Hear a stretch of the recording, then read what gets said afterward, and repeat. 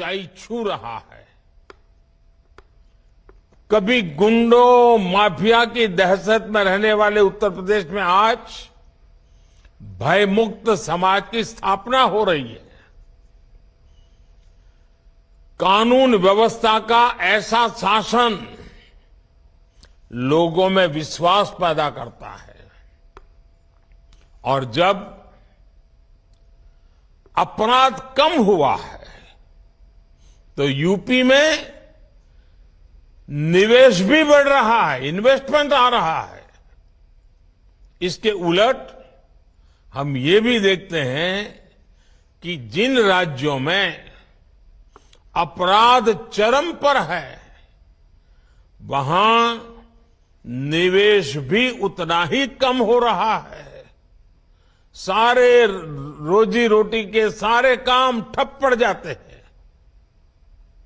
मेरे परिवारजनों, आजकल आप लगातार पढ़ते भी हैं और देखते भी हैं कि भारत दुनिया की सबसे तेजी से बढ़ती हुई अर्थव्यवस्था है।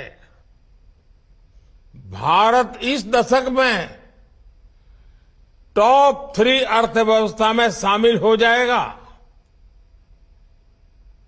और ये गारंटी जब मैं आपको देता हूं ना, बड़ी जिम्मेवारी के साथ मेरे देशवासी, मेरे परिवारजनों को ये मोदी गारंटी देता है।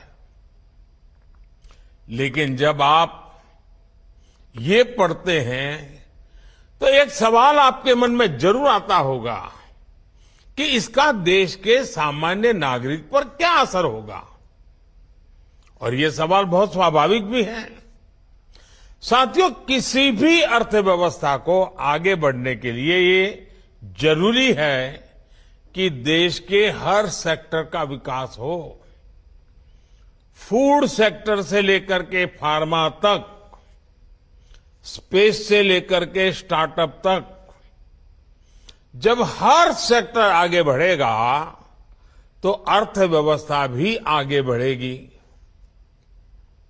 आप फार्मा इंडस्ट्री का उदाहरण ले लीजिए। महामारी के समय भारत के फार्मा इंडस्ट्री की बहुत सराहना की गई। आज ये इंडस्ट्री 4 लाख करोड़ रुपए से ज्यादा की है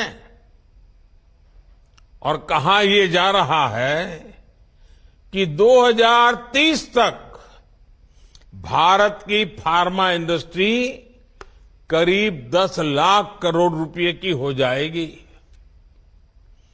अब ये फार्मा इंडस्ट्री आगे बढ़ेगी तो इसका क्या मतलब हुआ? इसका मतलब ये हुआ कि इस दशक में फार्मा इंडस्ट्री को आज की तुलना में कई गुना ज्यादा युवाओं की जरूरत पड़ेगी। रोजगार के अनेक नए अवसर आएंगे। साथियों, आज देश में ऑटोमोबाइल और ऑटो कंपोनेंट्स, इस इंडस्ट्री में भी बहुत तेजी से बढ़त देखने को मिल रही है। फिलहाल ये दोनों इंडस्ट्री 12 लाख करोड़ रुपए से ज्यादा की है। आने वाले वर्षों में इसके और बढ़ने की उम्मीद है। इस ग्रोथ को संभालने के लिए ऑटोमोबाइल इंडस्ट्री को भी बहुत सारे संख्या में नए युवकों की जरूरत होगी, नए लोगों की जरूरत पड़ेगी, रोजगार के अनगिनत अवसर बनेंगे। आपने देखा होगा कि इन दिनों फूड प्रोसेसिंग इंडस्ट्री के महत्व की भी काफी चर्चा होती है। भारत का फूड प्रोसेसिंग मार्केट पिछले साल करीब 26 लाख करोड़ रुपए का था।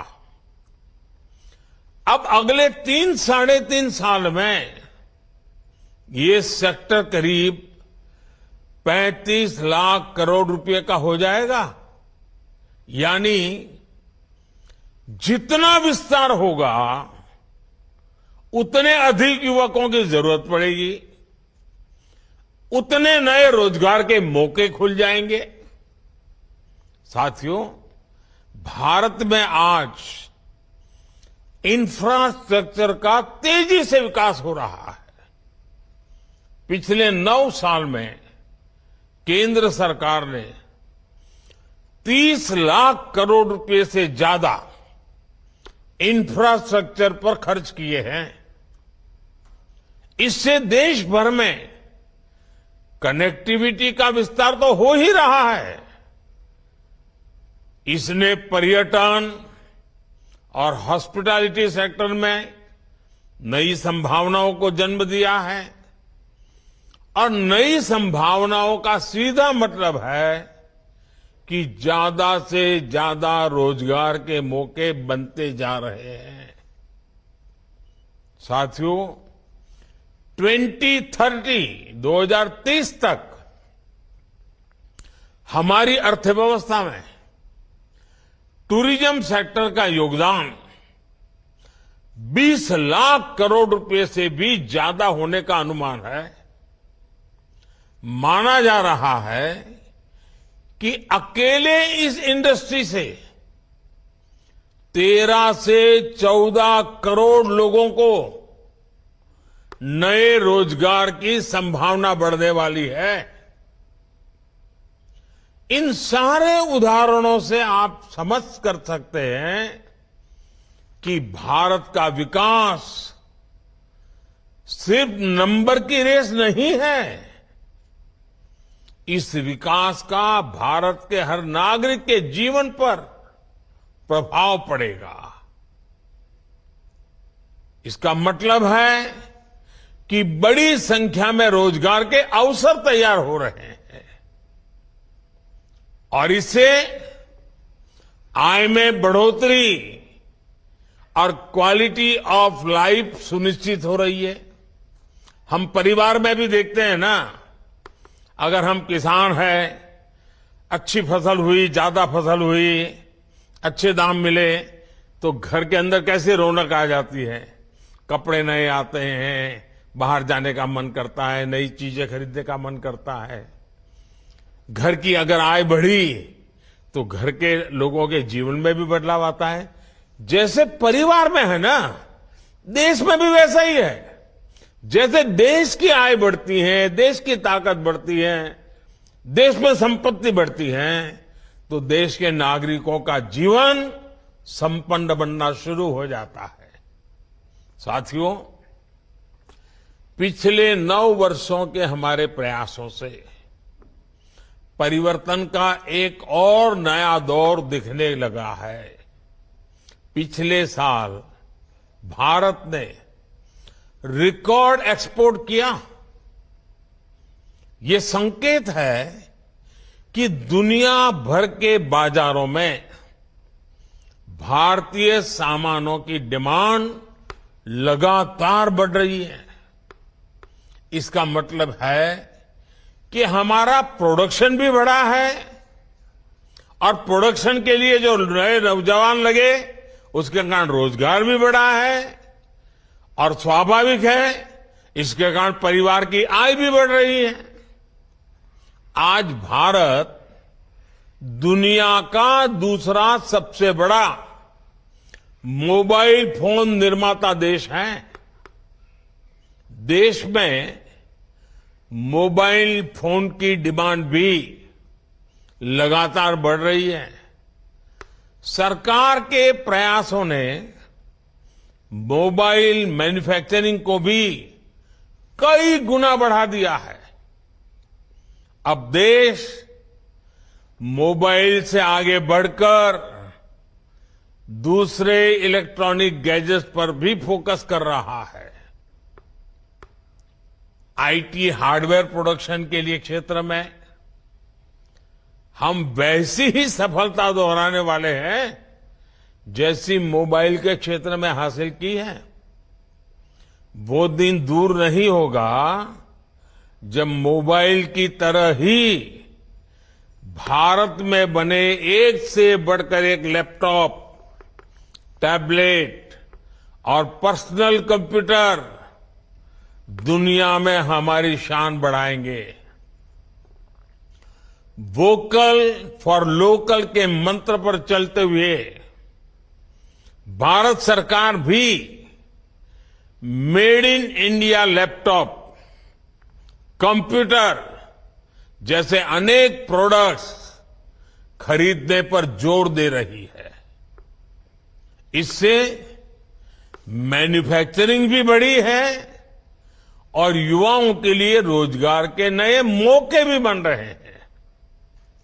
इसलिए मैं फिर कहूंगा, अर्थव्यवस्था के इस पूरे चक्र को संभालने की, इसे सुरक्षा देने की बहुत बड़ी जिम्मेदारी आप सभी, जब ये सुरक्षा कर्मी के रूप में आपका जीवन आरंभ हो रहा है, आपका कार्य आरंभ हो रहा है, तो कितनी जिम्मेवारी आपके सर पर है, इसका आप भली भांति अंदाज लगा सकते हैं। मेरे परिवारजनों, 9 साल पहले आज के ही दिन प्रधानमंत्री जन धन योजना लॉन्च की गई थी।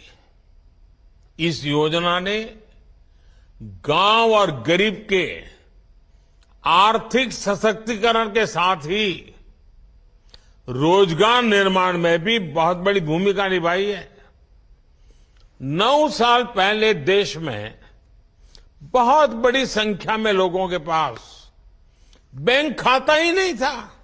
बेचारों ने बैंक का दरवाजा नहीं देखा था।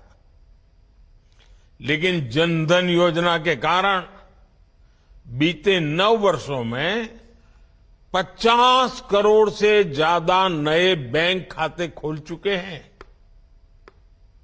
इस योजना से गांव गरीब तक सरकारी लाभ सीधे पहुंचाने में तो मदद मिली ही है,